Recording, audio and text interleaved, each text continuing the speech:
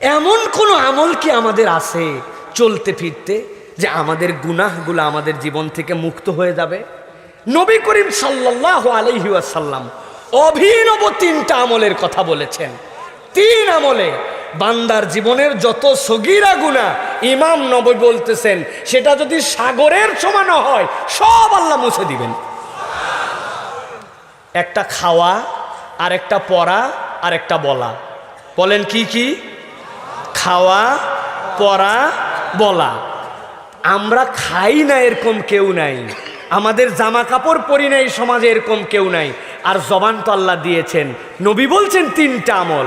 1 নম্বর, যখন তুমি খেতে বসবা, যখন তুমি খাওয়া শুরু করবা, এই সময় বিসমিল্লাহ বলে খাবে, আর খাওয়াটা যখন শেষ হয়ে যাবে তখন একটা আমল মিস করবে না।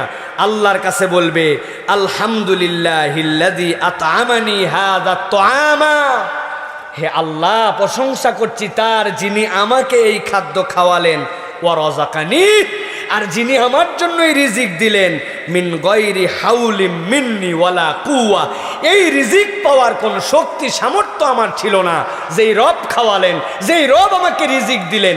আল্লাহর কোনো বান্দা যদি এইটা বলে, আল্লাহ তার অতীতের গুনাহ সব মাফ করে দিবে। তাহলে যখন খাবো তখন এই দোয়া পড়বো, আলহামদুলিল্লাহিল্লাযী আত'আমানি হাযা তুআমা ওয়া রাযাকানিহি মিন গায়রি হাউলিম মিন্নি ওয়ালা কুওয়া। মুখস্থ করে ফেলবো এটা প্রিয় ভাইরা। 2 নম্বর, পরা। কাপড় তো পরি, শার্টটা পরি, গেঞ্জিটা পরি, ঠান্ডা লাগতেছে সোয়েটারটা পরি, মাফলারটা দেই, চাদরটা দেই।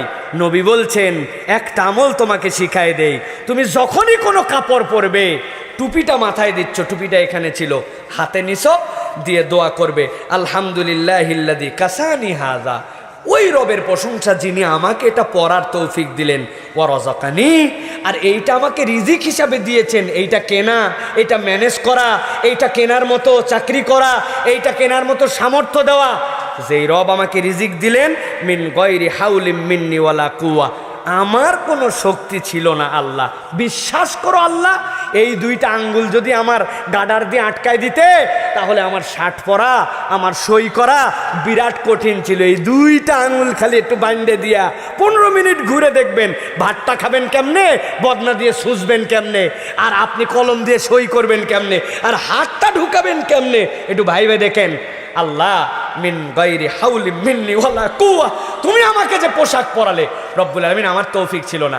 নবী বলছেন এই দোয়া করলে ওই পোশাক পরার আগ পর্যন্ত তার যত গুনাহ আল্লাহ সব মাফ করে দিবে।